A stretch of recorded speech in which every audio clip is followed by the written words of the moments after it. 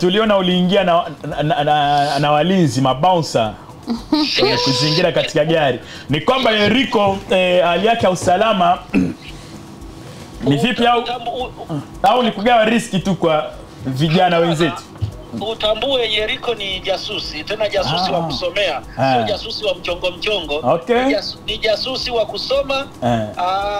Ni memba wa shirika ama taasisi ya kimataifa ya uchunguzi na upelelezi duniani. Kwa hiyo unapozungumza kwa Tanzania, tukisimama kwenye jukwaa la kimataifa kuwakilisha sekta ya upelelezi na uchunguzi, basi Yeriko unaweza kumweka pale na akasimama, ana credentials zinazomtambua kwamba yuko hivi. Dunia inanitambua hivyo.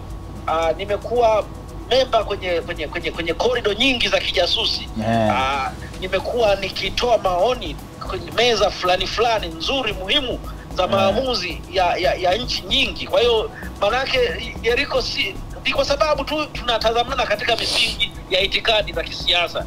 Lakini Yeriko ni credible, ni mtu ambaye anawakilisha taswira ya meza ya ujasusi duniani. Kwa hiyo wale walinzi ni walinzi kwa sababu ya nadharia ya shughuli za kisiasa. Shughuli za kisiasa zina mambo mengi. Yeriko pale unapomuona si kwamba tu hivi ni mwanasiasa na maadui. Kwa hiyo lazima ulinzi uwe imara kweli. The Bantu.